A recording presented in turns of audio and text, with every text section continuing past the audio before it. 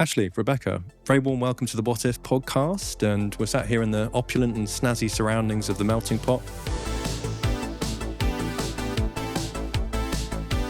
To talk about what if film tourism could reshape how people see Jersey and make them want to visit.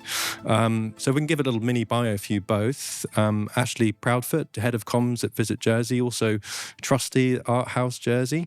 And you've been instrumental in championing the production of Bergerac on the island and helping to secure that government funding for the reboot's second season.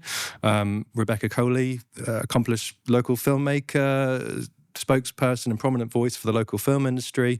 And also you've been a production liaison for the most recent production of Bergerac on behalf of the government. And you've both collaborated closely on this project. And filming for season 2 is just wrapped in Jersey, but not in the UK. Without giving away any kind of plot spoilers, how did it go?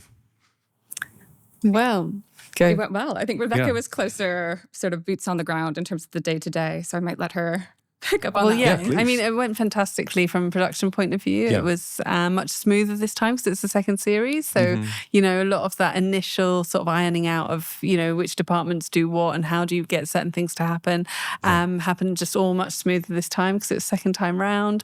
Everyone was really happy with the crew and the trainees and just generally with how it went. So, they're still filming in Devon until the end of this month. But it's so far so good. Yeah. It's really exciting. When you pick up the local kind of sentiment in Jersey on the ground, there's been a bit of a buzz and excitement around it. There's been hush whispers about the Zoe Wanamaker sightings at the Radisson and that kind of thing. So yeah, it's really recapturing that magic that the original iconic 1980s kind of series had, which was such a cultural phenomenon for like an entire generation of visitors, but also locals. Both of my parents were extras in Bergerac back in the day. Excellent. So my mum's knees were famous for about a nanosecond, and my dad actually had a speaking part, which is very proud. I think like one line, but fantastic. That was very cool. You get paid extra when you do a line, so absolutely the rate goes up. Yeah, but before we dive too deeply into kind of Bergerac, I wanted to kind of set the scene for the wider opportunity of film tourism in Jersey. So just some quick facts. Screen tourism is worth $66 billion US globally, which is set to double in the next 10 years. And obviously set jetting, as it's known, is a mega travel trend. It's been transformative for places like New Zealand with Lord of the Rings, Greece with Mamma Mia, Game of Thrones in Northern Ireland. So attracting these kind of big screen productions to the island could really put Jersey on the sort of global map and provide more reasons to kind of visit. And film productions like that don't just drive tourism, but also create jobs for the creative sector as well. So just a question for you, Ashley. Can you kind of frame the opportunity for film tourism for Jersey's visitor economy, and why is now the time to kind of embrace that trend? Yeah, absolutely. I think it's important to look at the context around it first. Set jetting existed long before it was given a cute tech name. Sure. I think if you look long before people talked about set jetting as a phenomenon, they were probably going to places they saw on TV and in film. We saw that in the 80s here with Bergerac, with the original. It's really, I think what's different now in terms of the impact that's having is how it is fundamentally baked into marketing strategies of a lot of destinations. And they see that as a vehicle for driving brand awareness. Yes. So it's being formally embraced, but also there are mechanisms in place to fund that long term to drive that economy. So I would say that didn't exist in the original. Mm-hmm. There wasn't, to my knowledge, the same contract in place with Jersey. So it's got more structure around it now, and I think it's become a huge marketing vehicle internationally. And that's where you see things like brand partnerships, merchandise partnerships, the White Lotus effect, all of these things happening because in part, we are inundated with so much information every day. I think marketing is not as linear as it used to be. So destinations and countries and brands are having to approach people and capture their attention in different ways.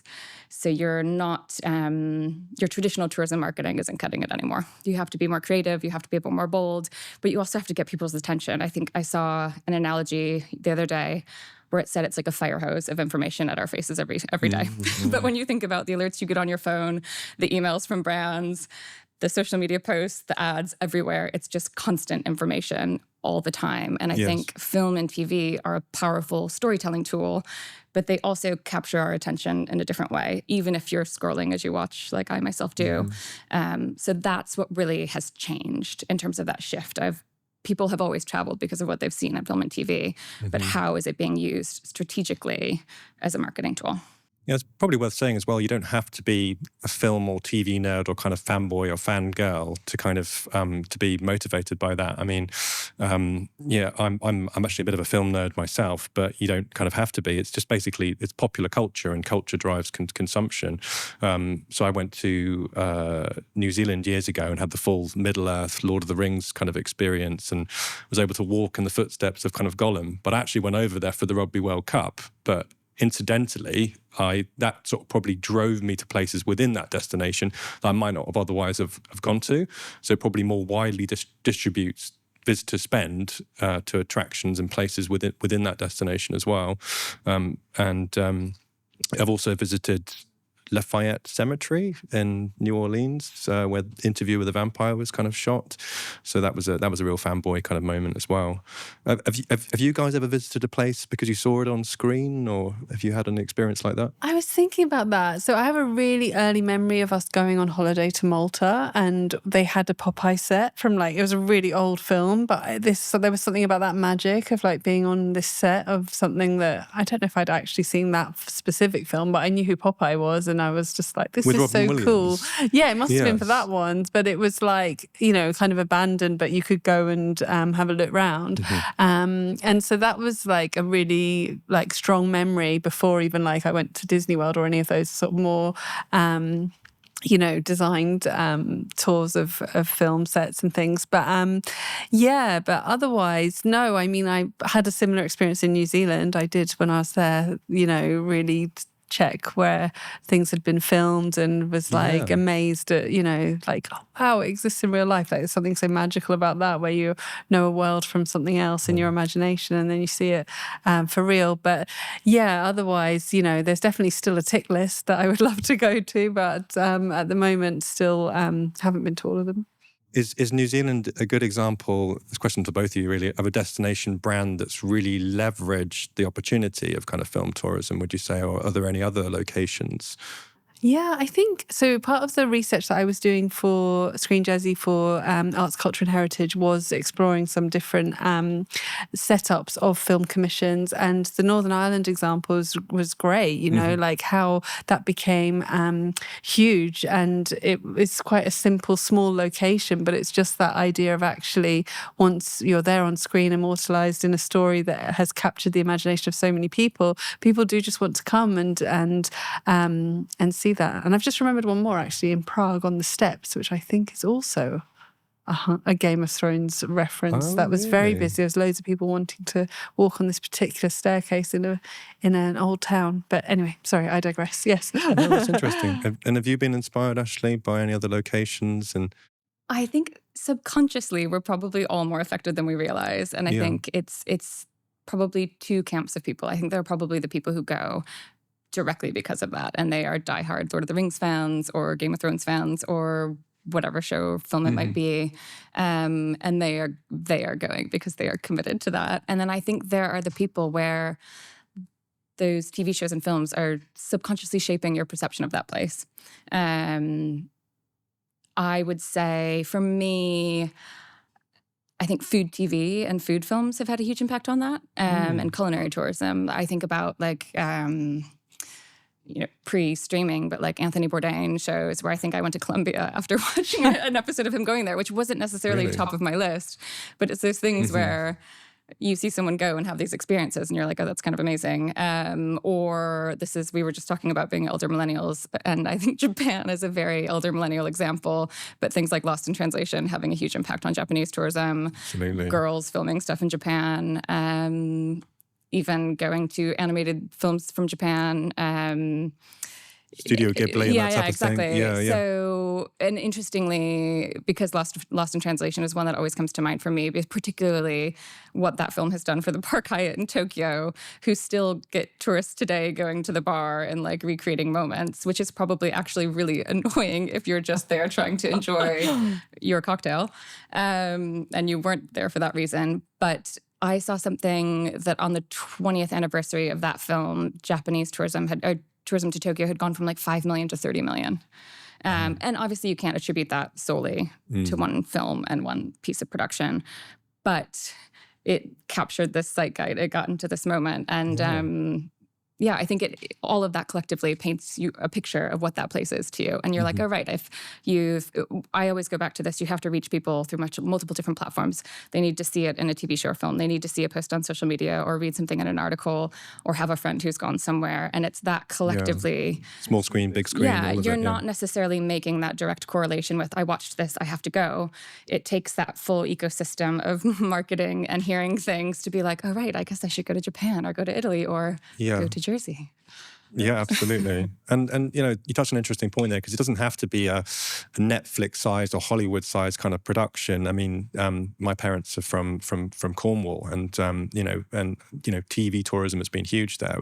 Poldark, Doc Martin, Fisherman's Friends, and that's been absolutely huge. So if we can sort of move on to Bergerac, what made Visit Jersey kind of step in and support the Bergerac reboot, and how have you been leveraging that in your storytelling and your PR and kind of marketing? Yeah, I think we saw it as a great opportunity for the island. Obviously, there's a huge amount of nostalgia, and you spoke earlier about the island pride around the original Bergerac, and the fond memories. The number of people who say, I had a parent who was an extra, or they have a personal attachment to it, it's I think almost everyone on this island has some point of connection to the original Bergerac. So that's great from a foundational level. You've got that existing nostalgia and an existing loyalty and fan base in the UK particularly, but also internationally. There's been a trend towards nostalgia television. I was saying earlier, interestingly, Gen Z latching onto The Sopranos recently because they were either not born or couldn't watch it because they were toddlers. But these things go through cycles. So I think there has been a nostalgia trend anyway. Separately, I would say it's really the marketing visibility and brand awareness for Jersey that hugely attracted us. That was the biggest factor. I think Visit Jersey has a finite budget, which we try to make the most of and do what we can with. Yeah. But at the end of the day, it's super competitive with other destinations and what they're doing to invest in just pure marketing, whether it's on the tube or on TV, that we just financially would never be able to match. And with public money, obviously, we have to be mindful of what we do with it.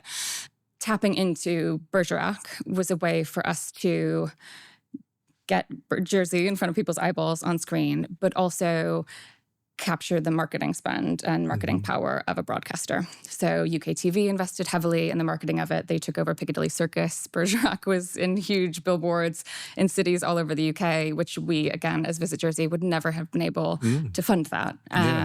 So we were piggybacking essentially on what they were doing to market the show, with Jersey as a central character within it. So that was an appealing point for us. If it had been that it was going to be filmed in Jersey but based on somewhere else, or that Jersey wasn't going to be a primary focus, it probably would have been a different conversation. But for us, it was this right mix of they're going to bring investment into the local economy while they're filming here. They're going to be promoting Jersey all over the UK. They have Banijay on board, who's a major global distributor.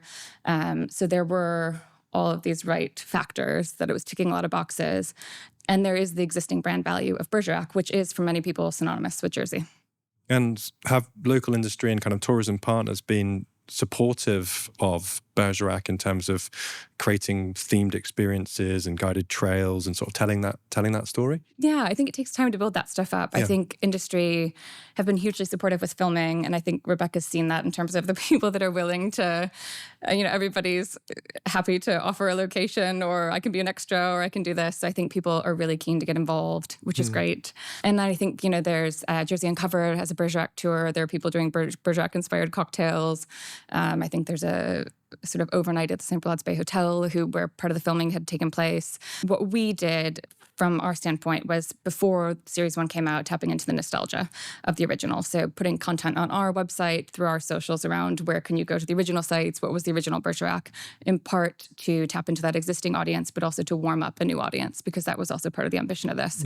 Yes, we want the existing Bergerac audience, but also we need new people to come. And then also bringing journalists over for press trips, the Times, the Telegraph, all the major nationals. Some of them came because they had come to the island for the original Bergerac and did now and then stories of, there was a really fantastic piece by a freelance journalist named Sarah Baxter who did exactly that. And her story spoke to how that original charm that Jersey had in the 80s when she came as a child, she remembers that. And it's still here, but also you can go somewhere like this and have a lovely cocktail, or you can have those more contemporary experiences. So that's what we really tried to drive through in our marketing and PR messaging was, yes, that Jersey of the original Bergerac still exists, but we're also a modern place where if you're younger and you didn't watch the original, you would still have a great time here. I think, anecdotally as well, you hear a lot of people in the UK saying, I've been to Jersey, but I haven't been since the 80s. And so it gives them a reason to visit again. So the question to both of you, I suppose, is this rebooted Bergerac primarily a tourism strategy, or is it about building a sustainable creative film industry, or is it both those things? I would say at a Visit Jersey level, the top focus was the brand awareness and visibility and the marketing that would come with it, and that being through the global distribution and reach. But it was important through those discussions with the production company to build in other benefits for the island. So as part of that agreement, which we negotiated with government, was that they had to have a certain amount of on-island spend, which for Series 1 was over £751,000 spent on island with local hospitality businesses, local crews, local talent. So that immediately was money that went straight back into the local economy. But then beyond that, they had to bring in Jersey apprentices who worked from the start to finish of the production. So not just while they're filming in Jersey, these people need skills that can continue and they can see through the whole production.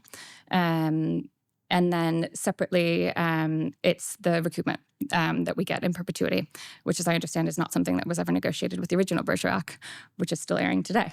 Are these rights and residuals to the show? It wouldn't be rights, and there will be lawyer language that I'm not quoting directly from the contract, but so we have a percentage stake in the international sales and distribution of the show, which I know there's been a lot of focus on that recently in local media and FOI requests. That is a long process. We were not expected to get any of that recoupment this year because international sales are still underway. I see.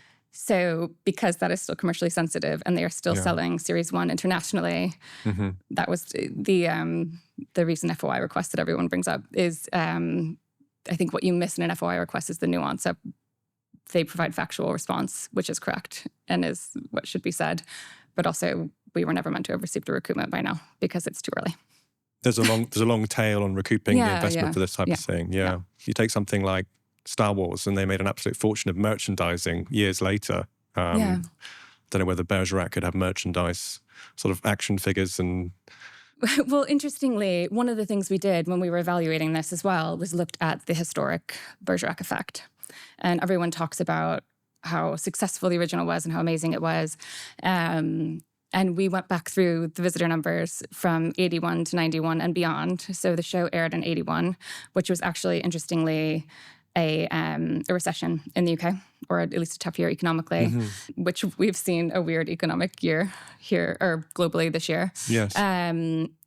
But there wasn't a big spike in visitors with the original Bergerac. And I think people have this tendency to look back and say, wow, it brought so many people.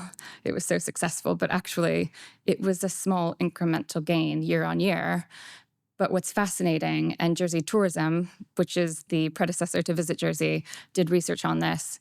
In the 90s and in the early aughts, people were still saying that Bergerac influenced their reasons to come to Jersey. So even though the show had finished, it was still having that long-term effect. So it's a long-term play. It's not the show airs at the end of February and we're going to see thousands of people jump on planes the next week. It has to be a long play and it has to be sustained over time. So, and how would you measure the impact of that? Is it visitor numbers and hotel bookings, or is it, website visits? Like, how do we know that we've recouped our investment? You have to look at different factors. So I think visitor numbers would absolutely be one. Those are challenged this year for issues separate from Bergerac, which could probably be a separate episode altogether. But visitor numbers is one way to look at it and to measure it. We do absolutely look at marketing stats. We look at website stats. We look at social stats. We look at media coverage. We look at the on-island spend. We look at the value that it brings to the island in terms of experience for local people and local talent.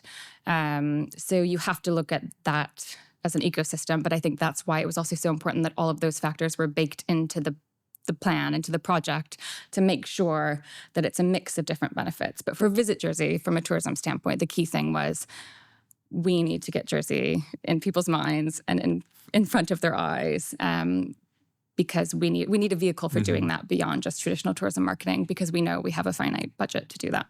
Yeah, and I suppose those are all sort of quantifiable stats, but I think you also run an exit visitor survey, don't you, where you can sort of ask people anecdotally for qualitative feedback, what influenced your kind of visit here. I suppose that's another method you can use to... So that's exactly the survey. So that was done by Jersey Tourism years ago, and I was just telling Rebecca about this morning, because we just, as a team, got the research results from the experience survey that was done this summer. So this is something that's done annually, every summer. It's done independently by an independent research agency. So it's not Visit Jersey going out and asking people what they think and then writing down what we want to share. Yes. It is, objective, independently done research. And one of the questions that was built in this summer was about Bergerac. And it was done consistently with the research that was done with the original Bergerac, so we can actually compare as well. And of that survey, 8% of visitors said that Bergerac influenced their trip to Jersey this year. Which is it's not massive, but it's actually a meaningful percentage. But what I think is really interesting out of that is, of that 8%, 70% were first-time visitors. Oh, wow. Okay. So that's what we wanted to see, really. It would be one thing if we saw that percentage and it was actually all people who watched the original and they were like, I'm coming back again, and they potentially would have been coming anyway. It's, are we driving new visitors? And that's the important piece. Which helps, future-proof our kind of tourism economy, I suppose, as well. And that's probably a good segue to talk about the creative opportunity for the local film industry. And I wanted to bring you in, Rebecca. Can you tell us about your journey into the Bergerac project and your role as a production liaison? Yeah, sure. So separately from anything that I've been doing recently, in 2019, I was approached to write a paper on the feasibility of bringing back Bergerac, which was by producers looking at the rights at the time. So I did that piece, and that was sort of before COVID, forgot about it, wasn't sure what was happening with it. And then separately found out that it was going ahead and there was a new production company involved. And then there was lots of different politics and different things that were happening on would it happen, wouldn't it happen? We had a change of government. Like, it was very close to nothing happening, as I'm sure people might know. But basically, my original engagement this time round with the government a few years ago now was to write a piece on the feasibility of a screen Jersey. So when the Bergerac opportunity came along, it was like, this is kind of a no-brainer because it takes out the risk. It's already a known brand. Everybody on the island will be supportive because, everyone remembers it. So it's just so much easier to get that away.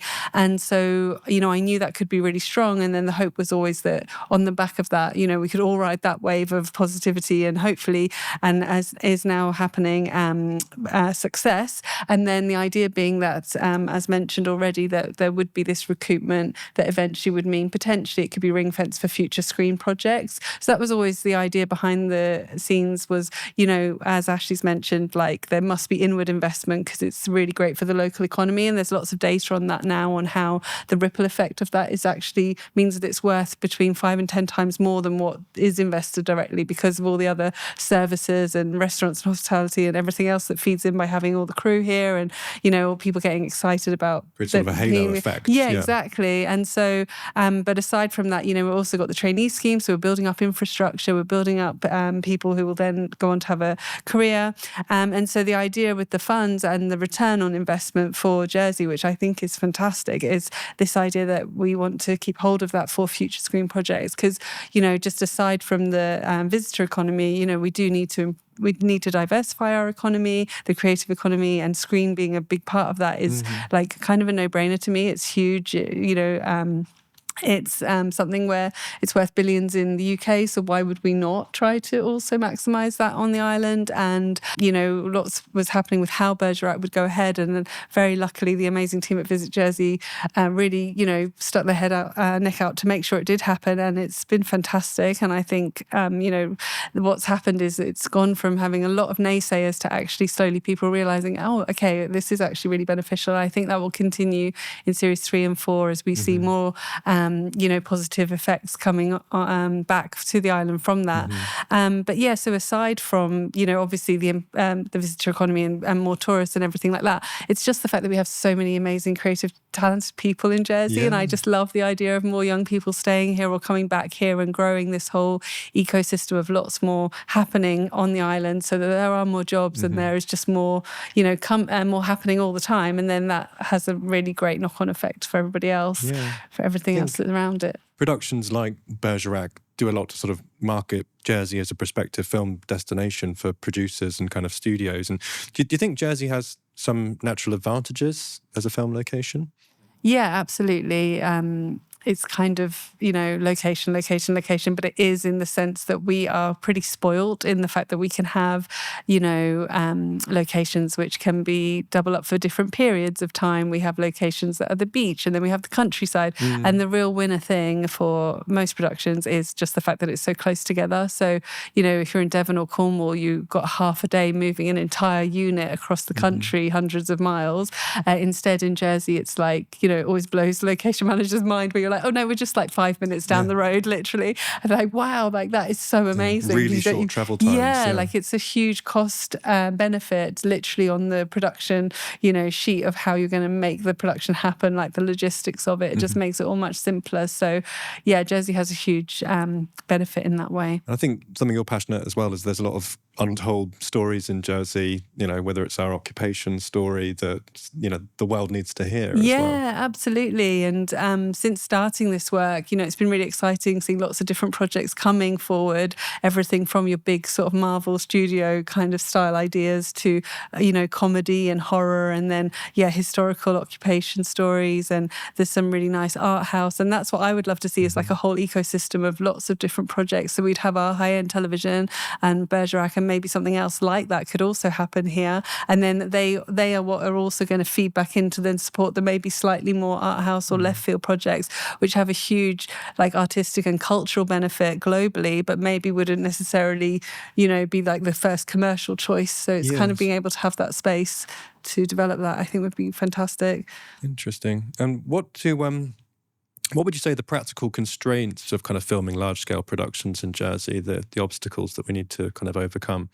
Well, the first thing is definitely transport to and from the island. Sadly, just unfortunately, this year's been tricky. And I think what we need to see is just having reliable services. So it's different. If you're flying people to and from London, it's quite good. But if you have to rely on the ferry routes or other locations for example, coming from Devon or anywhere that's recently had a lot of delays or troubles with the transport, that's definitely a big one. So I think just the links to the island, which we can improve. It's just, that's one of the big things that we need to do.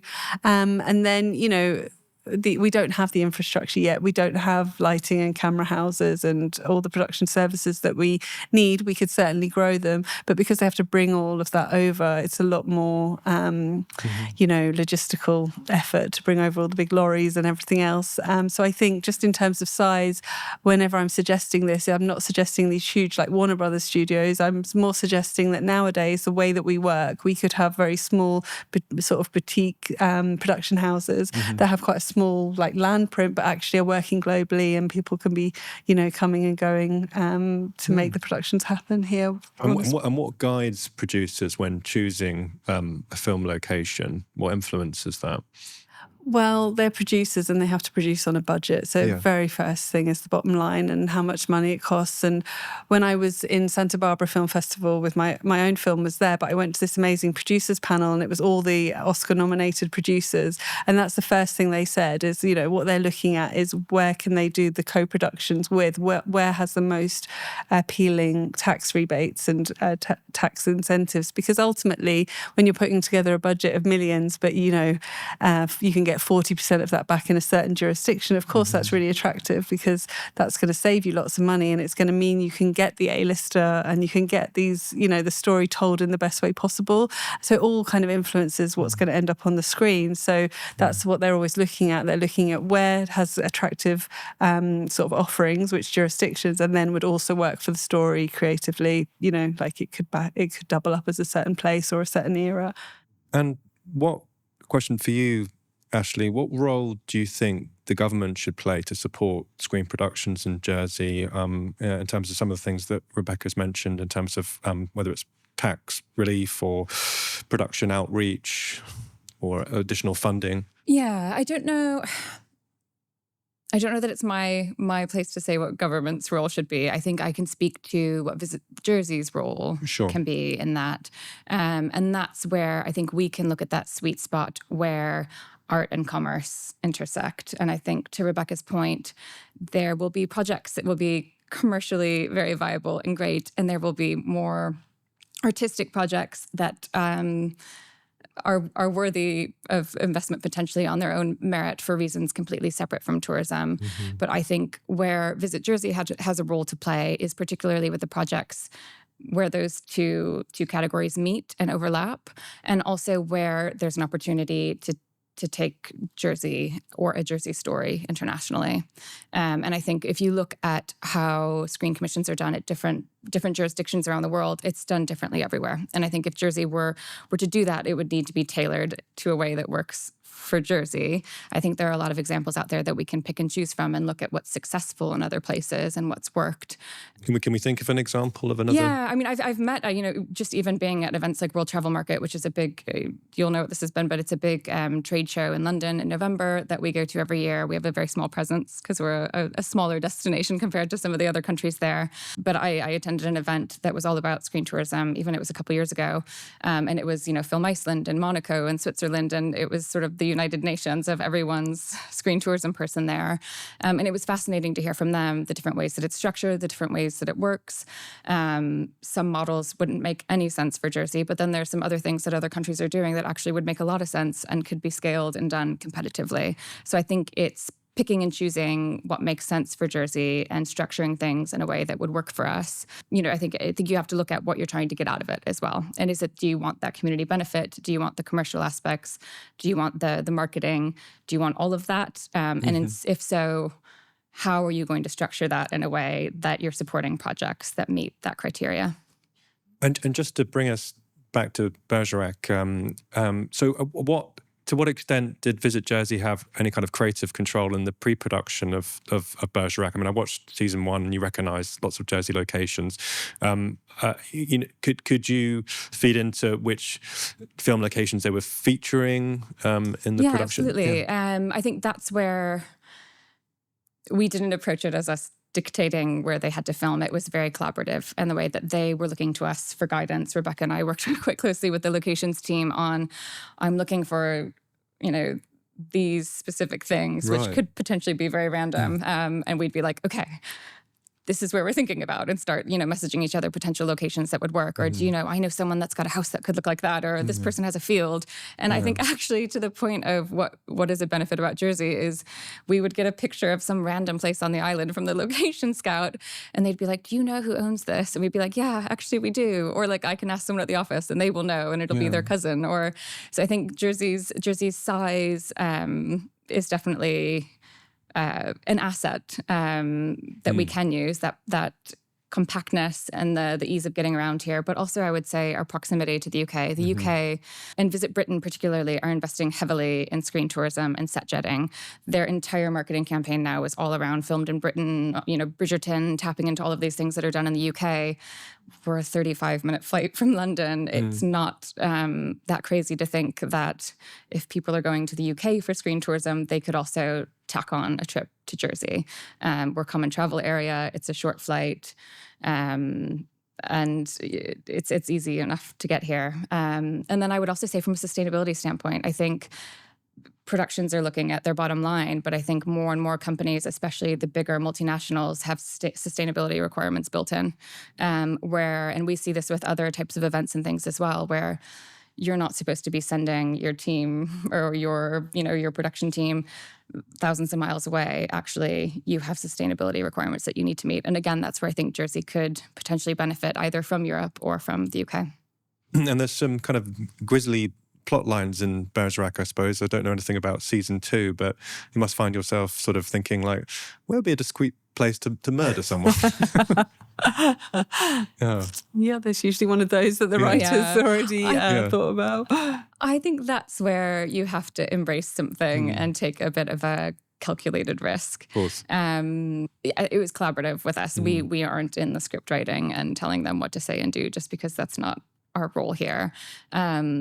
But I do think if you look at a lot of the shows that have seen success, or shows or films that have seen success in set jetting, murders happen, things happen where it would typically not be somewhere you'd want to go visit. If you look at things, the classic one that is probably the biggest one of recent years is The White Lotus. That's always based on a murder. And people are flocking to those locations. It's a work of fiction. So, yes. But I think for us, that was a key piece, is that Jersey, the way it was framed to us by the producers and by the screenwriters, was Jersey is a central character in the show and has to be central to the program. And that was an important part for us. It's not just a backdrop. We're not just falling in the backdrop as a location. We're actually central to the storyline. Fantastic. And big vision question for both of you, please. What's your wildest ambition for the future of film in Jersey, both in terms of what it could do for tourism and what it could do for the creative economy? You first, Rebecca. We spoke before about looking at other jurisdictions, and you can look at Iceland, Malta, Ireland. I think Ireland's got a great example of growing from a very small industry to a cottage industry with now, they've won Oscars and BAFTAs and everything with all of their independent films. So I think the way that I would love to see this grow would be very organically, that the funds that come back from the rebate, which obviously after the recoupment, after everybody's paid back from Visit Jersey and everyone else who's taken a gamble, the idea would be that those funds should be ring-fenced for screen, and then from that we could really grow something exciting. So what I would love to see is that it's an ecosystem that includes really good short film funds. So you could actually have up to 50k, for example, for a short, which is then when you get to kind of making more serious, artistic and exciting films that can compete globally on that sort of level. And then also having enough to support development of projects, so creative ideas, lots of really great scripts and teams of filmmakers that have fantastic ideas that just need some support to grow them. You kind of creative incubator. Yeah, perhaps. creative incubator, exactly, and bringing on all the different stakeholders on island. There's obviously lots of different elements to filmmaking, so I'd love to see something with Jersey Finance and really getting all those smart, clever brains on it, because there's definitely the expertise here, and I'd love to hear their ideas on how they think it could work. And then obviously we've got our art house and our heritage, Jersey heritage, we've got all these amazing locations and amazing artists. It's like, how do we bring everyone together to really vision it and create it together?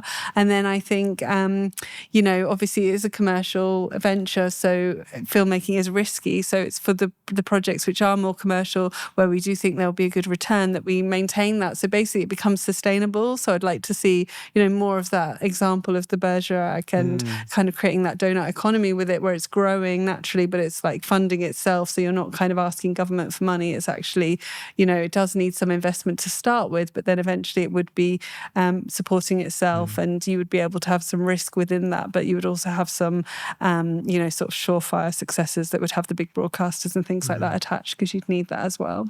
Sort of virtuous circle. Yes, if you will. Yes. Obviously, there's within film, it's tricky to do entirely virtuous. There might be a murder in there somewhere, but hopefully only the characters on screen. But yeah, it's tricky, because when you say to government or to somebody, would you like to have a horror film here? Obviously, that might not be exactly the idea that you want Jersey to be famous for, but ultimately it'll be about the story and the whole culture and everything behind the story that could really take off. So it's a tricky one, because you do kind of want this ecosystem of lots of different types of projects and art house and history and comedy and all these other things included within that. Yeah, particularly for something like true crime. There was a production of Beast, about a truly chilling story and chapter of Jersey's past. Absolutely. There's going to be a lot of sensitivities around that.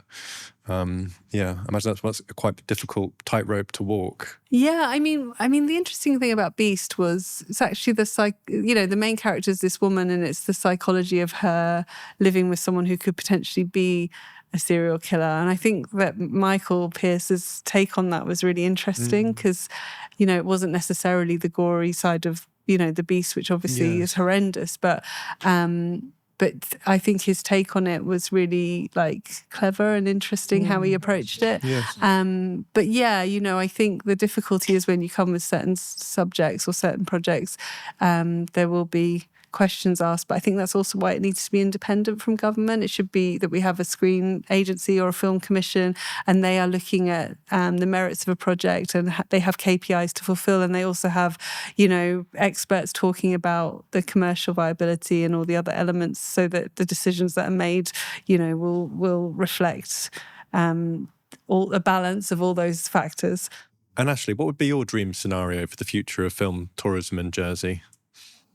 I know you said a wild and ambitious idea. I don't know if this, it's not wild and ambitious, but I think my earnest answer would be that Jersey gets the global recognition that it deserves for being such a special and incredible place. And I think that sounds a bit cheesy, but it's true. I think Rebecca mentioned, the history, the culture here, the heritage.